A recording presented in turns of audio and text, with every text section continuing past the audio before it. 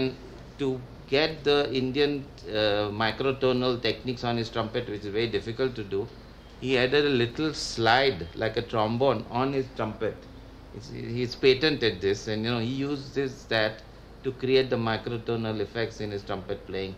Charles Mingus was deeply into Indian things, and unfortunately he knew he was dying of cancer, and he told his wife, Sue Mingus, I want my body to be cremated in the Hindu way, and I want my ashes to be put in an urn and immersed in the river Ganges. Now, this we are talking about Charles Mingus, somebody at the level of Duke Ellington, a musician of this stature. His ashes, Susan Mingus flew to India and immersed his ashes in the river Ganges at Haridwar. One big gap where there is a lot of room for development is in the vocal techniques of jazz. Jazz is developed instrumentally to such a high level, but jazz singers don't know how to develop their techniques. An average Indian classical singer, the amount of work he has to put in to develop the voice to do things like gamaks and tans, if these can be done in jazz, it will have a new revolution in jazz, and it will bring jazz back. It's the only important musical culture on earth where there is such a wide imbalance between the instrumental and the vocal part of it. Jazz has always kept on evolving and developing. It absorbed from all cultures around the world. Indian music was a source of inspiration. Having exploited all the harmonic complexities, the way out was to enter into rhythmic complexities. Other than the polyrhythms which you have in Africa, our rhythms are incredible, especially the Carnatic rhythms.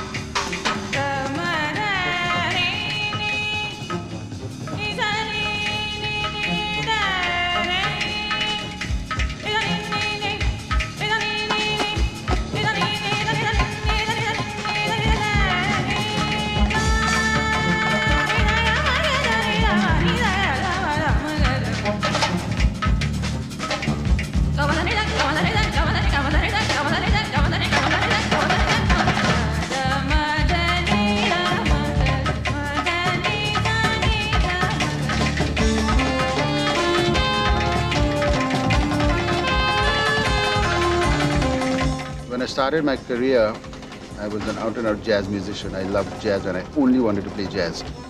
To make a living out of jazz in India it's a hard climb, I guess. I've experienced it myself. The only way for a musician to do something over here is join the film industry where he gets a regular income, or join the nightclubs and play popular music.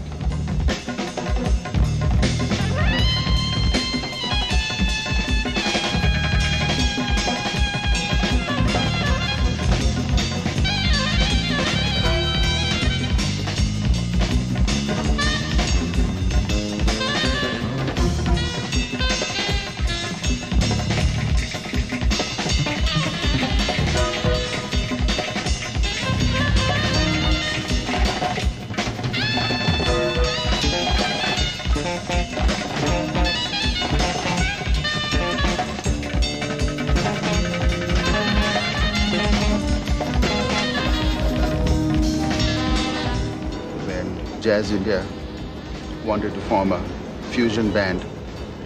They asked me and I looked out for some musicians. Then we got together a sound, named the group Sangam, and Jazz India lined up a tour for us, Europe, which was very successful. We did about 50 concerts in Europe, came back, and then did nothing.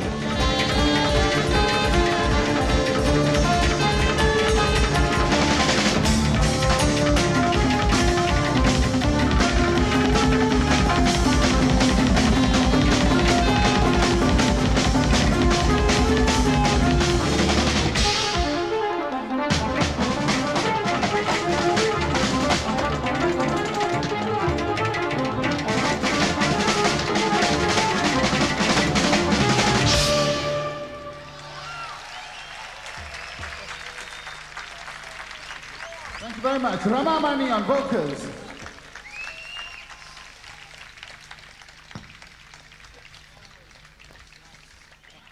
I had a choice of either taking a regular, job or music, and I think I chose music, and I'm really happy I did that.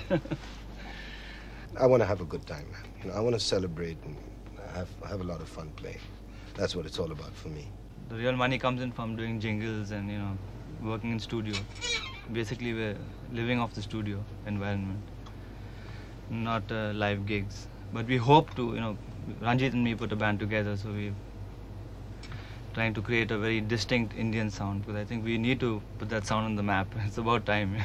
I think that there has to be more of an effort on the part of the bands and that of the audience. I think really we have to have faith in each other and keep that, because the bands have to slick their act a little more. We have to play more together. We have to be able to translate our life's experiences here into the music, and audiences, I'm sorry, have to hang in there and wait for us to get it together so we can come out and give them what they want.